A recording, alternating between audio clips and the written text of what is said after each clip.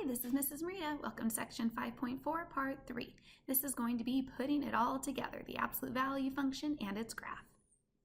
So we're starting off today on page 113 in your student companion book, and let's just review some notes in the margin. Go ahead and add these to your notes too. Doesn't hurt to write this a couple times.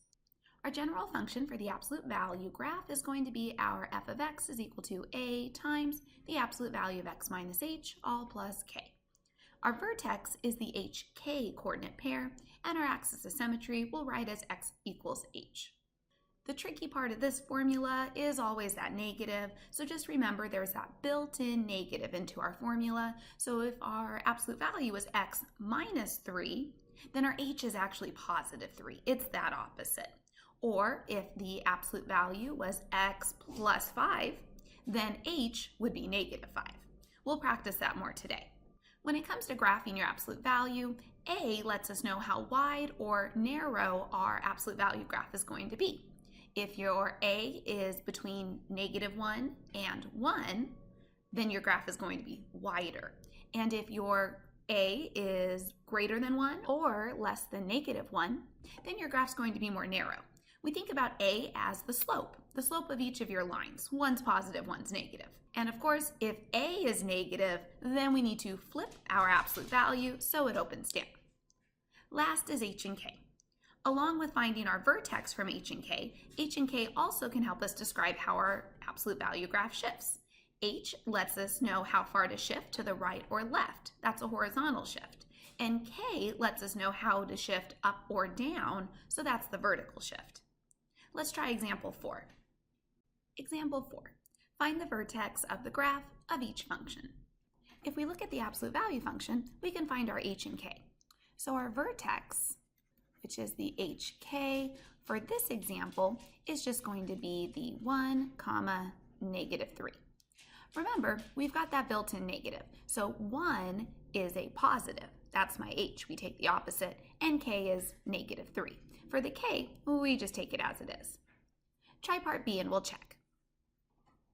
Did you get the vertex, -2, 6? Double check again with that built-in negative. So for this example, our g of x, we could rewrite this function as x minus, that's what we want, that built-in negative, minus -2 plus 6. That's where we're getting this -2 from, right here. We always need to think of our absolute value function as having that built-in negative within the absolute values. And then the 6, well, we just get to take that one as it is.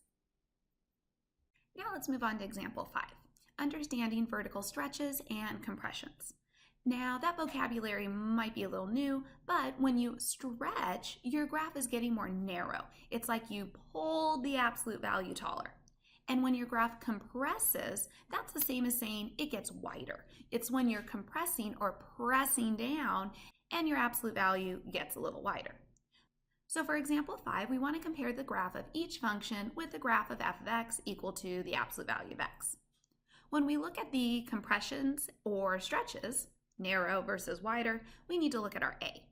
So for example 5, part A, our A is going to be 3. Because 3 is larger than 1, we're going to say that this graph will be more narrow. Or we can say the graph stretches by 3. So in our original function here, the A was just equal to 1. So we would go, when we graphed, if we started the vertex, up 1 over 1, up 1 over 1, or up 1, backwards 1, up 1, backwards 1. Oops, I kind of missed. There we go, something like that. But with the new graph, when we're looking at this stretch of 3, we'll still have the same vertex, but instead we'll go up 1, 2, 3 over 1, or back 1.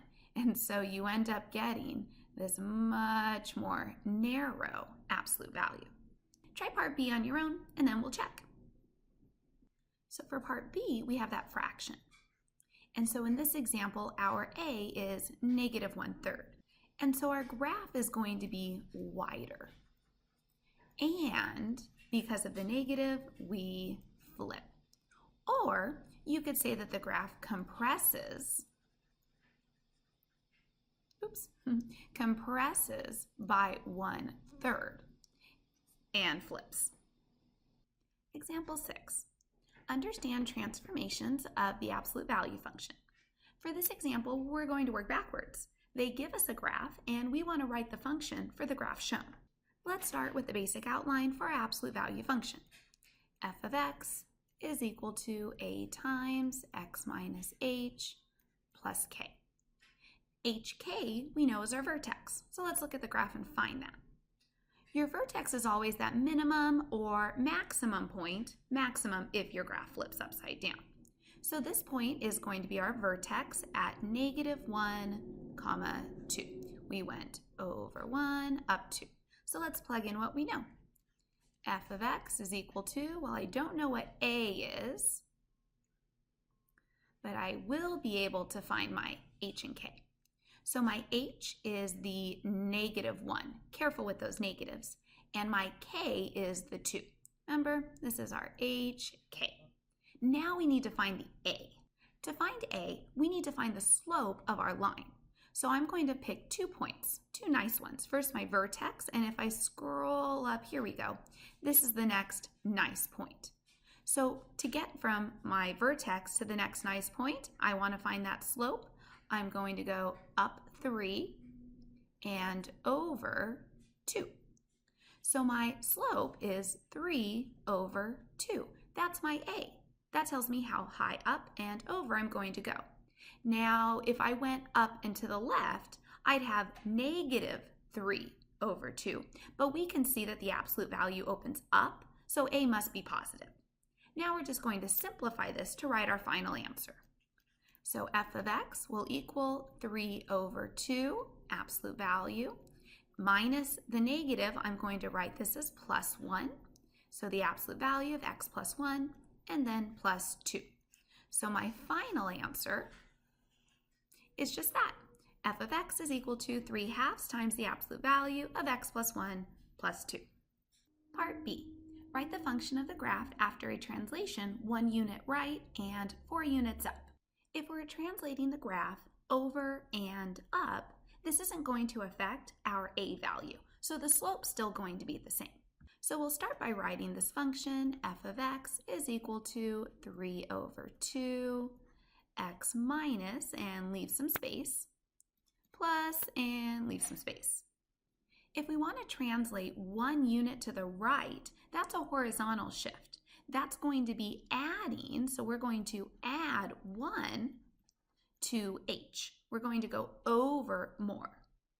Now our original h, what was our original h? Our original h was -1 and k was 2. But if we're going to translate to the right, now our new h over 1 and then up 4. 1, 2, 3, 4. We're going to go over and up. This is going to be the new vertex.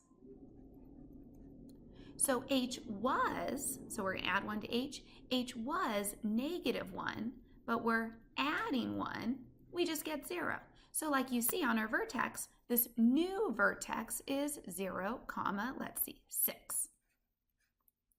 So what we're going to subtract here, our h is just 0. That's kind of weird. And then our k, it was +2. So k was 2. This is going to be a vertical shift. So our k was 2, but we're adding 4 to it. So now we get 6. That's what we'll put out here, 6. Let's simplify that and write it a little nicer. So our final answer, we'll say f of x is 3 over 2 times, well, my x minus 0, that's just x. And then plus 6. That'll be our final answer. So you could look at the math, the adding and subtracting like I did here and here. Or if you like more visually, you can look at where your vertex started and then do the transformation, maybe just with a quick sketch, to get the new vertex and then plug that in. Couple ways to do this one, whichever one you prefer, go for it. And that's it for section 5.4. All 3 parts were done. Make sure you copy down all your notes and bring your questions to class.